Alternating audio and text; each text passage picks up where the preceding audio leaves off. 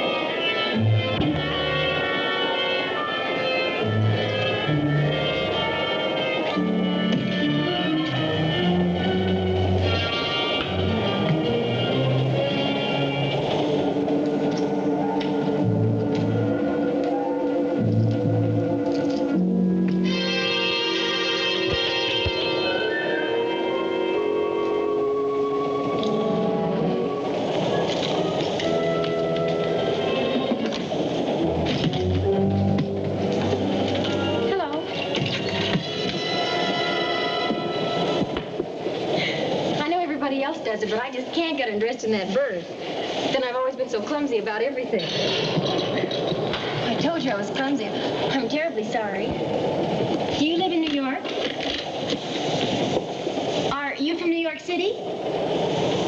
Neither am I. I've never been there before in my life. Then I've never been anywhere except Council Bluffs. That's where I come from. I don't know a soul in New York. Nobody except Pamela North. But then I really don't know her either. We moved away when I was a little girl. But her mother is my mother's dearest friend. Oh, I can't believe it. On my own tomorrow morning for the first time in a big city. It was all I could do to talk my mother into letting me go. But good old Uncle George was on my side. He said he thought the best thing that could happen to me was to buy me a one-way ticket east and throw me to the wolves. Earn my own living, make my own decisions for a change. You know, I'm so excited I can hardly wait. But I'm scared, too. There I go, chattering away. You tell me about you. Me? Mm-hmm. Oh, there's nothing much to tell. What's wrong? I can't breathe. What? Air. Okay, let me help you. Poor thing, you'll be all right. Just a minute, let me get the door for you. There's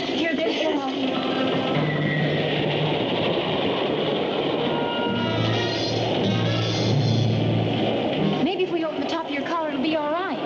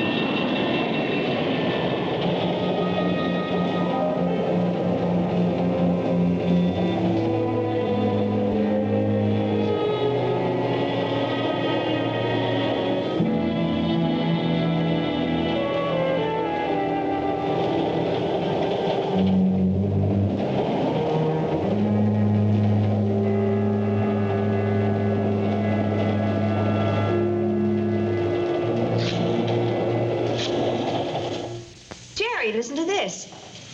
Mother says she cut an ad out of a magazine, and she's sending to England for one of those Chuck Tattersall vests for your birthday. Oh. Says she's ordering it in orange and black. Well, my birthday isn't until Halloween. Oh, now I get it. Orange and black. And Pam, darling, I want you to rest more. You do too much. That's the trouble with all you people in New York. Rush, rush, rush, to and fro. Fro and to. Oh, stop. And then she says, so forth, so forth. And Pam, dear, I can't tell you how grateful Mattie is that you're going to look after her little girl in New York. What? What do you mean, what? Oh, not another visiting fireman. Well, this isn't the same thing. It's always the same thing. Every time we start getting comfortable, someone comes in from out of town and we got to start chasing around looking for tickets for television shows. Horse cabs in Central Park. This is practically my own cousin. Practically which one? Amelia. Amelia who? Never heard of her. Amelia Little. Haven't seen her since she was 8 years old. But her mother is my mother's best friend. Anyway, Amelia's going to live here. Here? Not here. Here in New York. I've arranged for her to stay at the Washington Square Club for Women. Well, that's better. Hey, just where is this place? I just told you. Washington Square. It's a residential club for young women. Oh, one of those deals where they burn you at the stake if you're caught entertaining a man after 9 o'clock. You don't know anything about it. It's a perfect club for any young girl alone in New York. Maybe, but you wouldn't like it. I know you.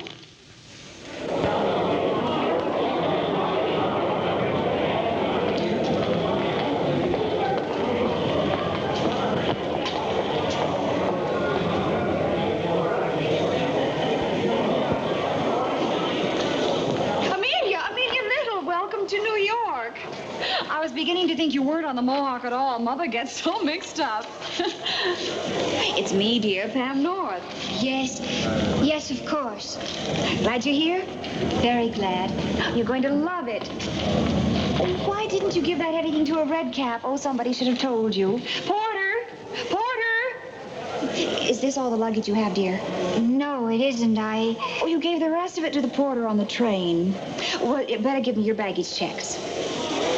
To make sure that nothing gets lost. Oh, I know it must be terribly frightening at first, but you're going to love it, especially living at the Washington Square. The Washington Square. I've made arrangements for you to move in right away. But if you don't mind, I'd rather not. But your mother said... I'm sorry, but I'd rather find a place of my own. That's why I came here, to be on my own. Will you let me go now? Are you sure, Amelia? Well, after all, you won't know your way around. I'll be all right. Don't worry. But I am worried. I'll tell you what. We'll phone your mother. If you tell her yourself the way you feel about it, then I won't feel so responsible. Phone my mother? I think we'd better. The phones are right over there. Oh, wait a minute. Don't phone it. It'll only upset Mother. I just didn't want to put you to a lot of trouble. Trouble? Oh, it's no trouble at all. Now give me your baggage checks, and everything will be taken care of. Here you are.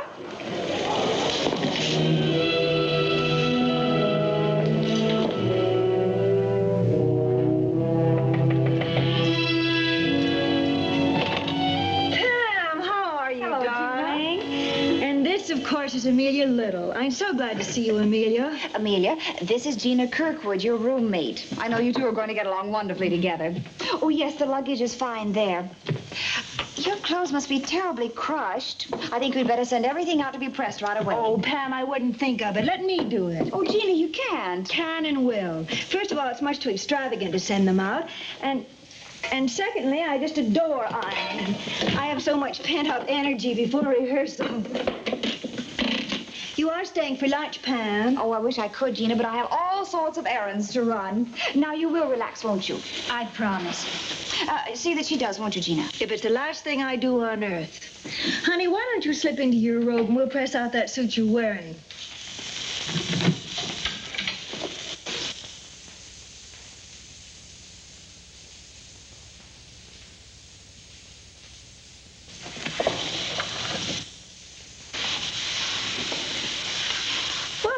It won't be long now, honey. Do you want to start hanging things away? In a minute. I'm going down the hall.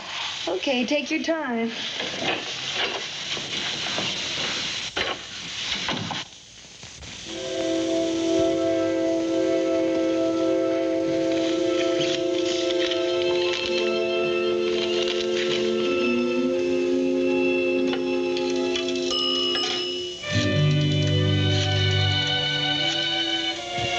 George Smith, please.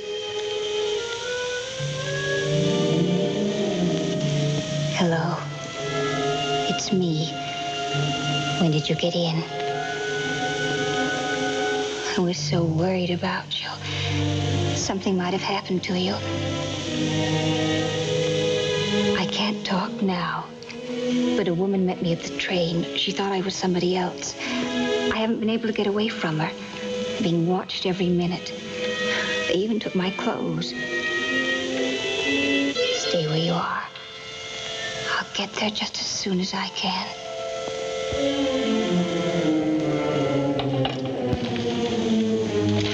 Critics. Why, that Cynthia Spotwood couldn't be absolutely radiant in anything. She's 2 years older than Lionel Barrymore. Oh, we didn't unpack this one. Oh, I think I'll leave that till tomorrow. Oh, no, I'll do it. Give me the key and I will. Thanks, but there's really no hurry. Oh, of course. It's been rush, rush, rush all day. And the least I can let you do is let you get dressed in What in the world's in here? Things. The family silver. Oh, you take your time getting dressed. There's no hurry.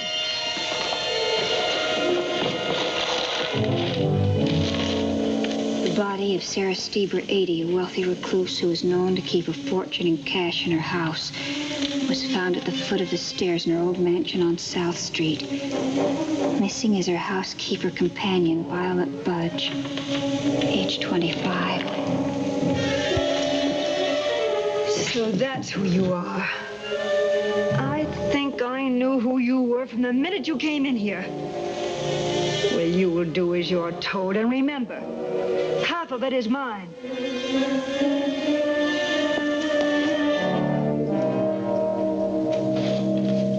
So that's who you are. I think I knew who you were from the minute you came in here.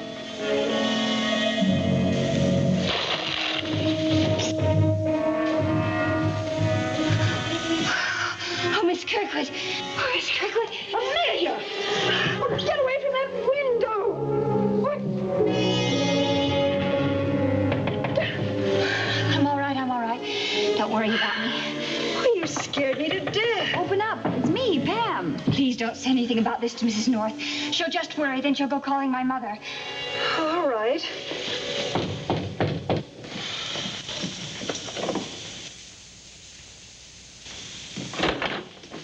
I've just had the best time charging. You a size 10? Why, I think so. Did she rest? Well, she had to. Remember I took all her clothes? Wonderful. I knew you weren't up to shopping, and I wasn't sure whether you had any cocktail things or not.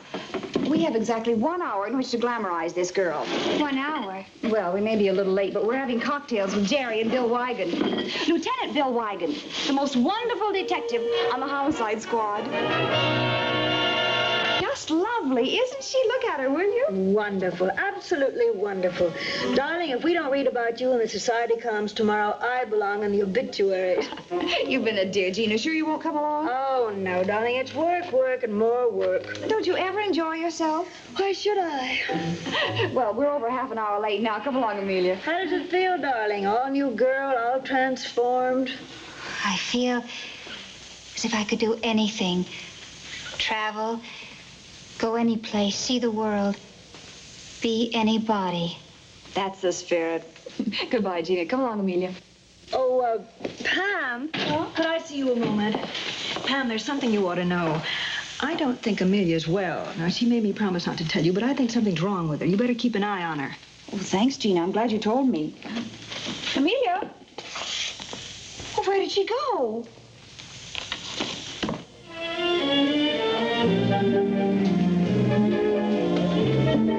And until I found this child downstairs in the lobby, I nearly had a fit. Now, you stay close to me. Do you understand? This is a very big city. Oh, get lost anytime you want, Amelia. Lieutenant Wigan will find you. Wigan can find anybody. Doesn't even need a laundry mark.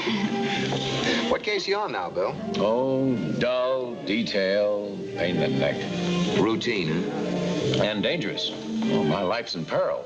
All day down at Grand Central talking to members of a train crew. Well, what about? Well, it seems like a rich old lady was murdered back in the Middle West. Had a lot of loose loot lying around. Wheelchair case pushed downstairs. I think I read about that this afternoon. Don't they think it was her housekeeper companion? I think the girl's name is Violet Budge. Was Violet Budge. You mean she's dead? A girl identifiable as Violet Budge was found by track walker in southern Pennsylvania earlier this morning. She could have fallen, could have been pushed, could have jumped. So that's why you were talking to the train crew. She was on the Mohawk Limited. Evidently didn't make an impression on anyone. Did you say the Mohawk Limited? Right. Well, Amelia was on that train. I met her this morning. Well, tell me, did you get on at Chicago? Yes, I did. Well, did you happen to talk to a young lady about your age, slight build and dark brown hair like yours? No, I don't think I did. Maybe you were lucky. Still, you might be able to help. I'm expecting some pictures. Oh. Excuse me. Certainly. I'm worried about that girl. I don't think she's well. Amelia? Amelia, dear. Not there, sweetie. There.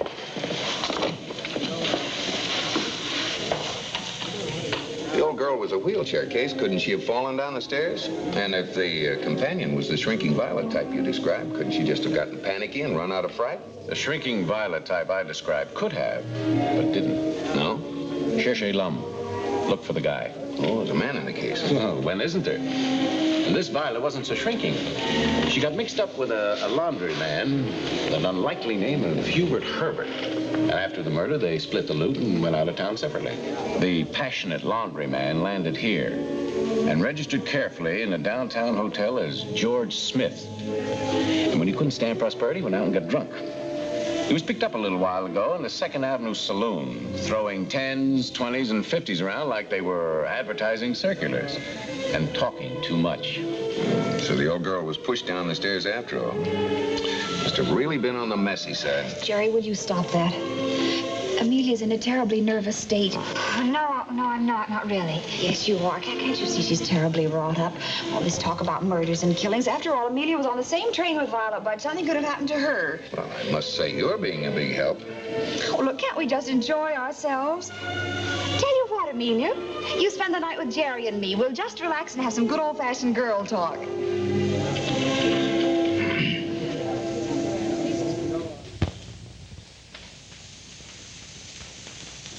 Hey, Pam.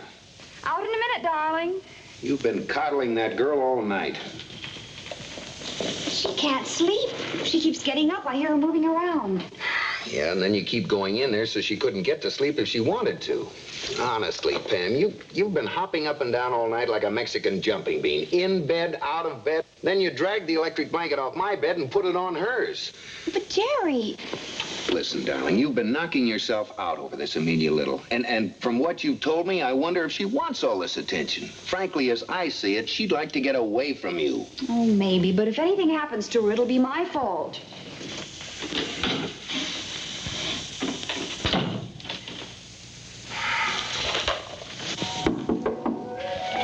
Amelia?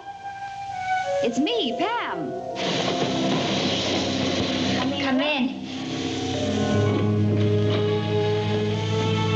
I'm going to see that you get to sleep once and for all.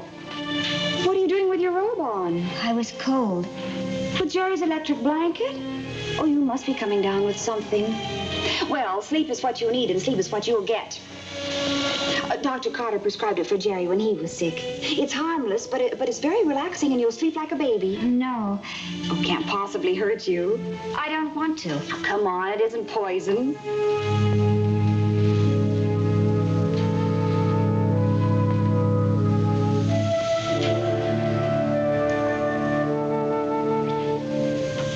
Now, I'll just keep you company until I'm sure you're asleep. And tomorrow I'll take you sightseeing. You can wear my new suit. You'll look lovely. Oh, Pam, for the love of Mike. Be there in a minute, Jerry.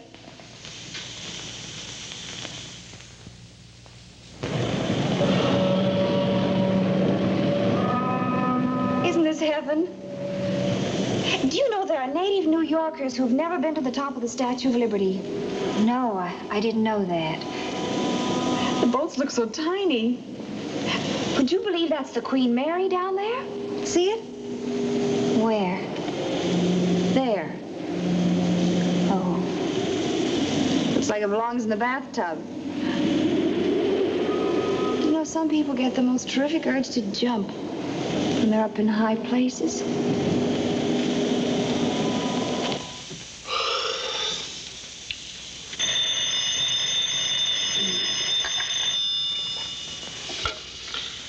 Hello. Oh, yeah, Bill. What's on your mind? Brace yourself, Jerry. I've got news about Violet Budge. Oh, you mean the gal who pushes people down the stairs? That one. The body found on the railroad tracks after the Mohawk Limited passed isn't the body of Violet Budge. Isn't? Now, I have a picture here of Violet Budge. And she's a dead ringer for Pam's friend, Amelia Little. Oh, no. Oh, Bill. Yes? Pam went out this morning, sightseeing, and she took Violet Budge. Sightseeing? Where? I don't know, sightseeing. Oh, Bill, what are we going to do? Find them. You better get down here and ride around with me. Right.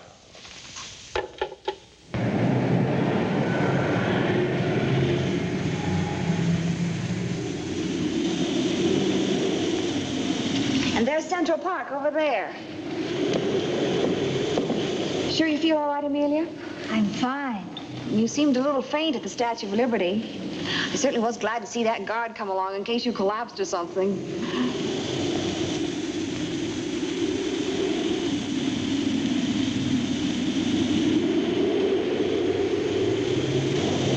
My, the places we've been today. Museum, Grant's tomb, the UN. We're really seeing New York from the top.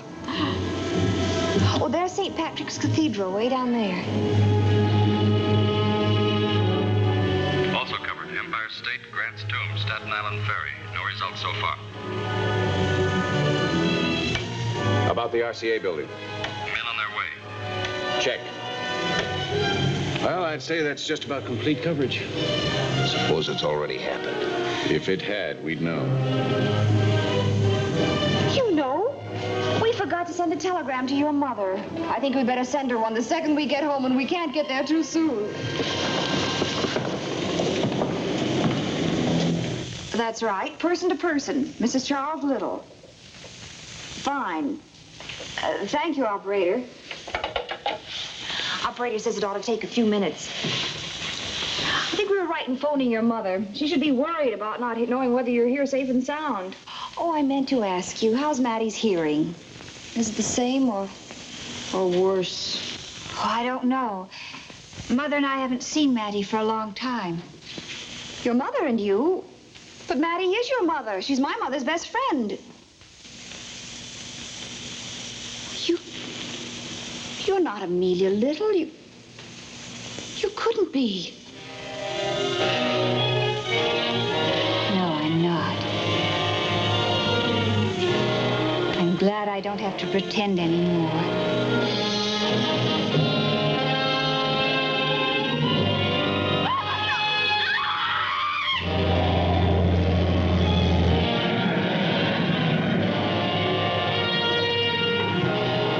Yelling till you're hit. We're doing everything possible. I know. What puzzles me is why you never suspected anything. Holy...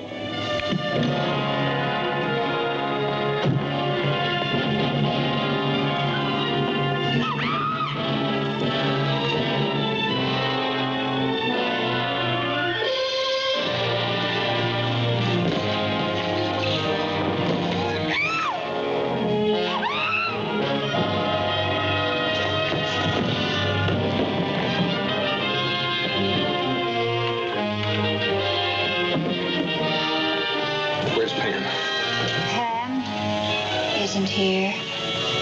She's gone.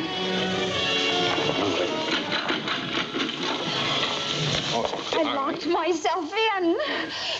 Are you sure you're all right? Sure, I'm sure. Oh.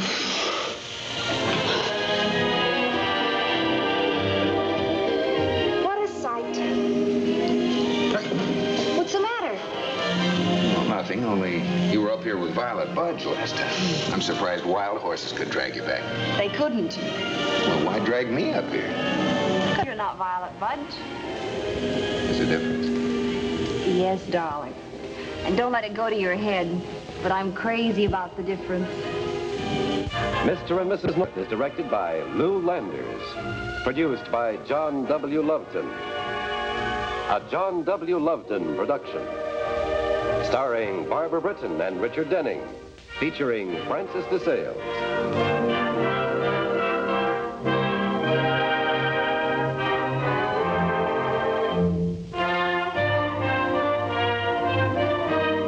This has been a film presentation.